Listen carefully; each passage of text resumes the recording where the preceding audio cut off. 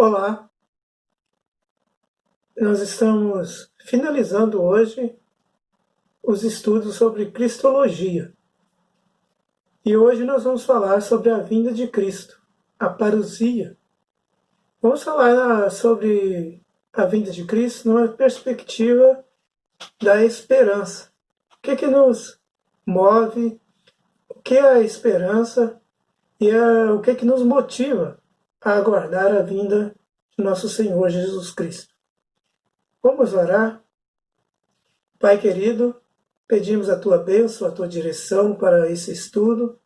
Abençoe cada pessoa que assistirá, que sejam edificados pelo Senhor e que a tua palavra possa alertar a cada um de ter uma vida santa, temer o Senhor, ter esperança de que o Senhor voltará.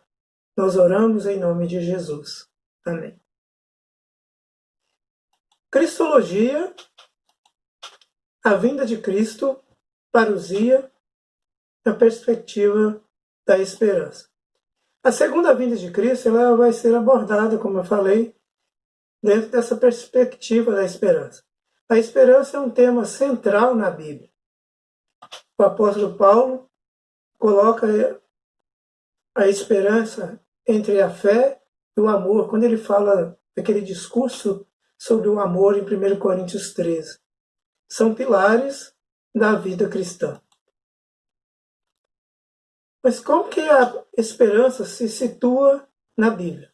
No Antigo Testamento, ela está associada à promessa de terra, vida, gerações e bênção. Gênesis 12, de 1 a 3. Nós vamos ver isso. Libertação e conquista, dignidade, estabelecimento do reino de Israel, retorno, restauração e vitória. Jeremias 33, 14 a 26 fala sobre isso. E sobre o reino do Messias, que é o reino de justiça e paz, que o profeta Isaías fala em Isaías 65, de 17 a 25. Esse tema do reinado do Messias, ele foi incorporado à fé cristã com a vida, morte e ressurreição de Cristo. Para nós, Cristo é o Messias e Senhor. No Novo Testamento, a esperança está relacionada com o fim da corrupção e da injustiça, a renovação do mundo e da natureza, a união com Cristo e transformação da carne. A felicidade é em superar a dimensão meramente material. Reconciliação, justiça e amor. Ruptura com o velho modo de ser. E a conclusão da obra restauradora de Deus em seu tempo, Kairos. Como nós vimos no estudo anterior sobre, quando fala da ascensão de Jesus, que o Kairos é o tempo pré-ordenado por Deus. É Deus quem controla esse tempo. Não somos nós. Não é o tempo Cronos que nós vivemos, mas o tempo de Deus, o Kairos.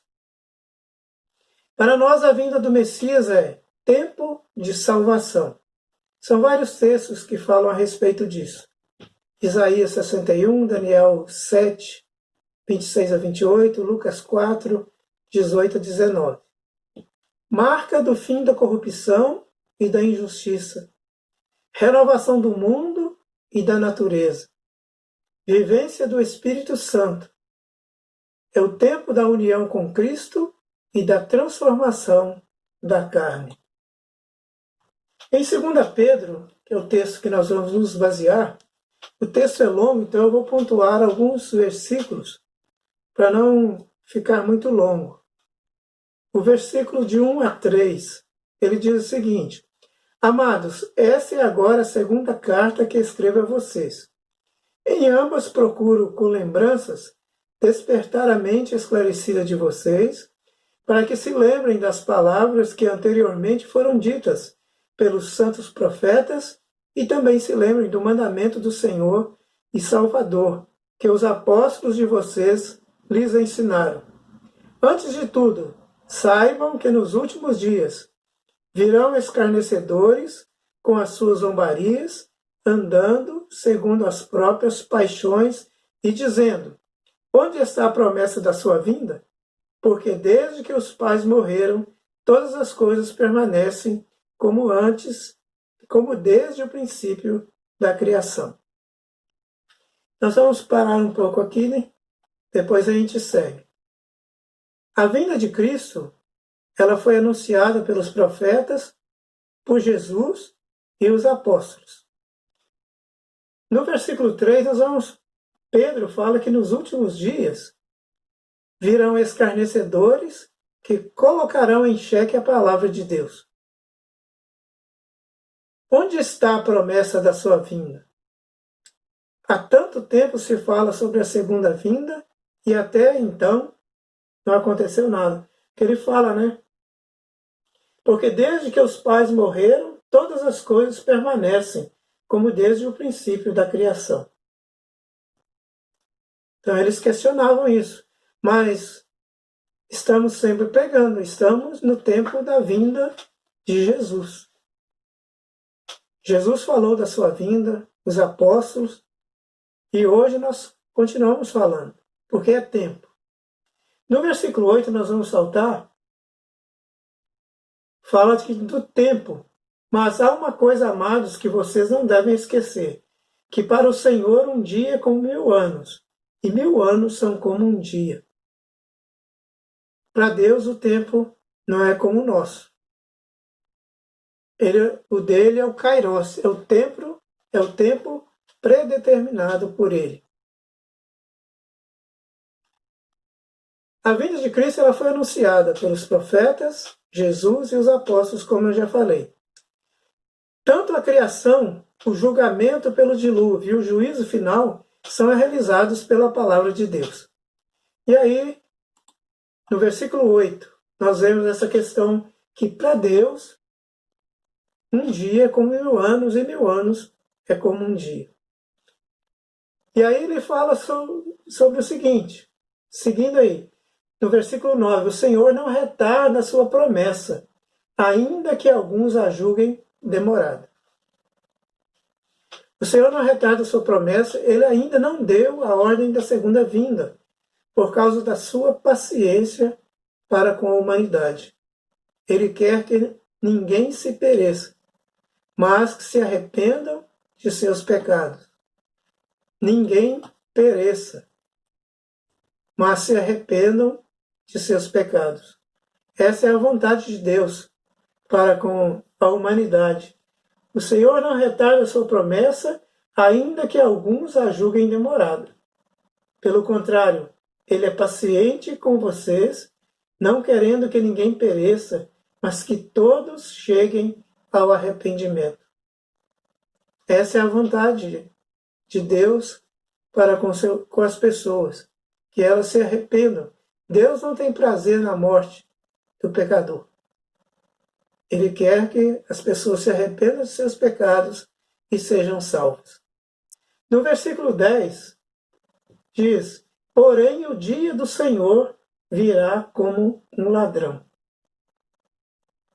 E haverá uma situação bem estranha, né? Porque naquele dia os céus passarão com grande estrondo, e os elementos se desfarão pelo fogo. Também a terra e as obras que nela existem desaparecerão. Então haverá sinais no céu, grandes sinais que vão acontecer. Jesus virá pessoalmente. Esse grande dia do Senhor vai mostrar isso. Jesus virá pessoalmente. Vai ser de forma visível, ao som da trombeta. Então a forma audível dele aparecer. E de forma repentina, num abrir e fechar de olhos. Então Jesus virá. Isso é a certeza que todos pregam. Agora, como viver essa esperança da segunda vinda? Primeira coisa, ter compromisso com Deus para superar nossos limites. O ser humano é limitado por pecados, por injustiças, por morte e por ignorância. No versículo 11, o apóstolo Pedro afirma o seguinte: uma vez que tudo será assim desfeito, vocês devem ser pessoas que vivem de maneira santa e piedosa. Como viver essa esperança na segunda vinda? Sermos puros, irrepreensíveis e santos. Aceitar as verdades contidas na Bíblia.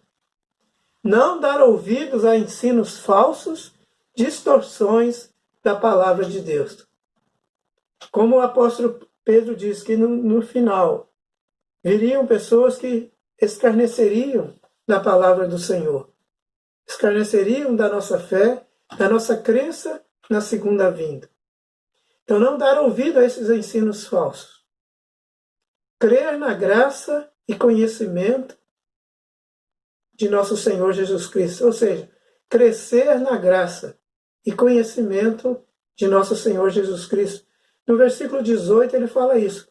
Pelo contrário, cresçam na graça e no conhecimento de nosso Senhor e Salvador Jesus Cristo.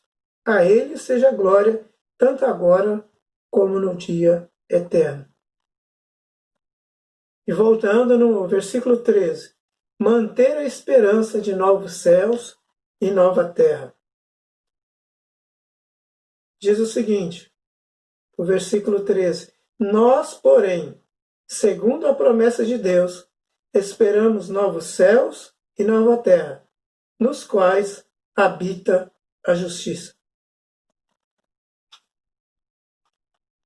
Que o Senhor possa nos ajudar a confiar nessa promessa, termos esperança dessa segunda vinda, que não percamos a fé, a nossa esperança. A título de curiosidade, a segunda vinda, no Antigo Testamento, tem mais profecias a respeito dela do que da primeira vinda do Messias. No Novo Testamento, apenas a carta a Filemão e a segunda e terceira carta de João, que não faz menção à segunda vinda de Cristo. Então é um tema que tem uma unanimidade, uma unidade em toda a Bíblia, que se fala a respeito dessa segunda vinda do Senhor Jesus. Que possamos esperar, confiar nessa plenitude desse tempo, que Jesus virá para resgatar a sua igreja, para nos levar para morar com Ele. Então, finalizamos essa série de estudos, 19 estudos sobre Cristologia, com a esperança da segunda vinda. Maranata, ora vem, Senhor Jesus. Amém.